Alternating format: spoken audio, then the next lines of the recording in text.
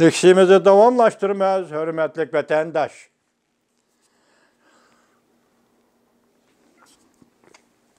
Bugünkü sağ 2021 yıl 1 ayının 26. günü.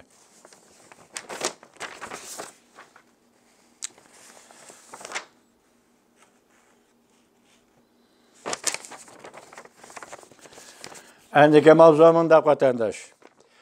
Prezident Biden hükümeti Cöngög umumyüzlük besim işletti ve qattiq agahlandırış berdi. Mavzula haber 1 ayının 24. günü Van ve Torbet'e e'lon qilindi. Haber mundaq başlandı. Prezident Biden hükümeti emdil Aqsarayga kirdi. Cöngög umumyüzlük besim işletti. Tunji bulup Tayvan meselesi boyunca bayanat e'lon qildi ve Janubiy dengizga matka gruppasi avatdi. Undan başqa Amerika, Yaponiya davlat mudofaa ministrleri özara telefonda görüşüp bexatarlik shartnomasidan, masalan, Yaponiya, Amerika bexatarlik shartnomasidan Senkaku taqam orollarga tahlil qilinadiganligini qarorlashtirdi. Amerika Qo'shma Shtatlar Davlat Mahkamasi bayonotchisi Ned Price 1 ayının 23. gün ta'kidlab bundaq ko'rsatdi. Amerika taraf Tayvanning qo'g'dinish iqtidoriga yetarli yordam qiladi. Bayonotchi Ned Price yaqinda ishga tushadigan Antony Blinkenga, yana davlat ishlar kotibi Blinkenga vakil bo'lib, Beijingga ogohlantirish berib, harbiy, siyosiy, iqtisodiy jihatda Tayvanga besim ishlatishni to'xtatishni talab qildi. Fransiya agentligi mundaq xabar qildi. Amerika Qo'shma Shtatlar Davlat Mahkamasining bayonotchisi Amerikaning Tayvanni qo'llaydiganligini qayta sharhladi.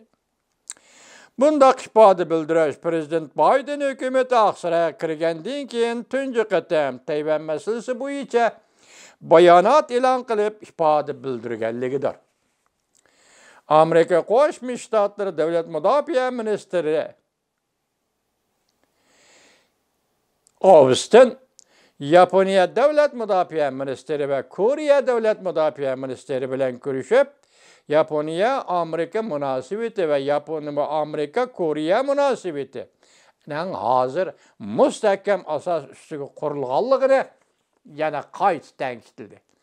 Masalan, Tayvan vaziyati aslida endi bu davamlıq bulup turduğun iş. Aldığımızda hükümetlerden bulup durdu, keyinki hükümetlerden bulup durdu. Bugün Biden hükümeti mi? Muşu davamlıq bolgan işi tekrarladı. Bırak bir yerde ben başta ettiğim vatandaş siz dikkat kıldığın bir nokta. Cöngö hazır Tayvan boğazıda teşebbüskarlıkını kolga keltirdi. Ötkende tahlil qilgani nima dedik? 4 gün bo'ldi Prezident Joe Biden Aqsarayga kirgili. Cöngö aqlliqlik qilyaptamdi yoki kalvalik qilyaptamdi dedik. Yo'q, buni tashlab hamda. Hozir Cöngö Tayvan bo'g'azi tashabbuskorlik huquqini qo'lga keltirish uchun tirishchanlik ko'rsatdi yoki Amerika tarafini sinab boqdi deymiz vatandosh.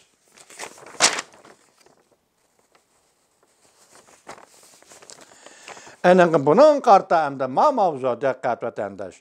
Amerika Tayvan Cöngö o'rtasida urush portlaydi. To'sib olg'ili bo'lmaydi. Urush portlaydigan o'rin Tayvan. Mavzuli xabar 1 ayning 25. gün Van Torbet'de e'lon qilindi. Xabar mundaq boshlandi. Bu 2 yildan beri, 2 yildan buyon Amerika Cöngö munosabati jiddiylashib ketdi. Tashqari dunyo Prezident Biden Aqsarayga kirgandan keyin bu vaziyatni yumshatishi mumkin deyishgan edi. Lekin Kuomintang partiyasining sobiq qonun chiqarish komitetining a'zosi Say Jingwan mundaq hisobladi. Amerika Cöngö Tayvan munosabati allaqachon bir qaynamga kirib qoldi. Tunigan nima degan to'q? Harry Harding Demokratlar partiyasining sobiq Aqsaray maslahatchisi. Akop qıçtı Cöngö Amerika ile erişimen dedi. Hazır Say nima deydi? Hazır bu bular 3 davlat Tayvan, Cöngö Amerika bir qaynamga kirib qoldi dedi.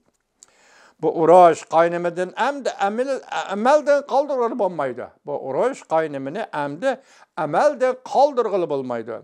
Bu uruş vəziyyətinin nəticəsi uruşqa tayyorlik qilish və uruşning portlashini keltirib chiqardi. Bu urush portlaydigan urush maydoni Tayvan oralarida bo'ladi. Say Jinping bundaq ko'rsatdi. Tayvanda mustaqillik keskinlashdi. Jungo'da millatchilik portlab chiqdi. Amerika-Jungo munosabati diz qiltiqiga kirib qoldi. Demak, bu dunyoda ya sen tursan, ya men turman, ya sen yashaysan, ya men yashayman. Yoki Amerika sen dunyo xo'jayin bo'lsa, yoki men xo'jayin bo'lman. Hozir Xitoy hukumatı dal mushu bosqichga kirib keldi deydi.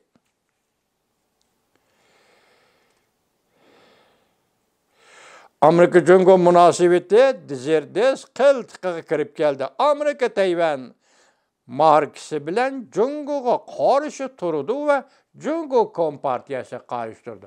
Tayvan bir marka. Amerika bu marka bilan shunday o'yinni yoki siyosiy o'yinni o'ynaydi dedi. Biz talay so'zlab keldik, oxiri sizlarga nima degan vatandosh? Hozir bu Say Jinping nima deydi? Urush vaziyatni tugatgili bo'lmaydi. Lekin hozir tizginlashga bo'ladi. Chora shuki, vaziyatni pasaytish va jim bo'lib qolish. Lekin pasaytish, vaziyatni jim bo'lib qolish jihatda üç tarafdan qiyinchilik bor. Tayvanning, Amerikaning, Jungoning qiyinchiligi bor. Bu qiyinchiliklar mohiyatli qiyinchilikdir. Shunga ham jim bo'lib qolanmaydi, ham bu vaziyatni pasaytgili bo'lmaydi. Biz boshda nima dedik? Jungo hozir bu rayonda, bu Tayvan bo'g'iz rayonida tashabbuskorlik quronga o'tmoqchi bo'ldi.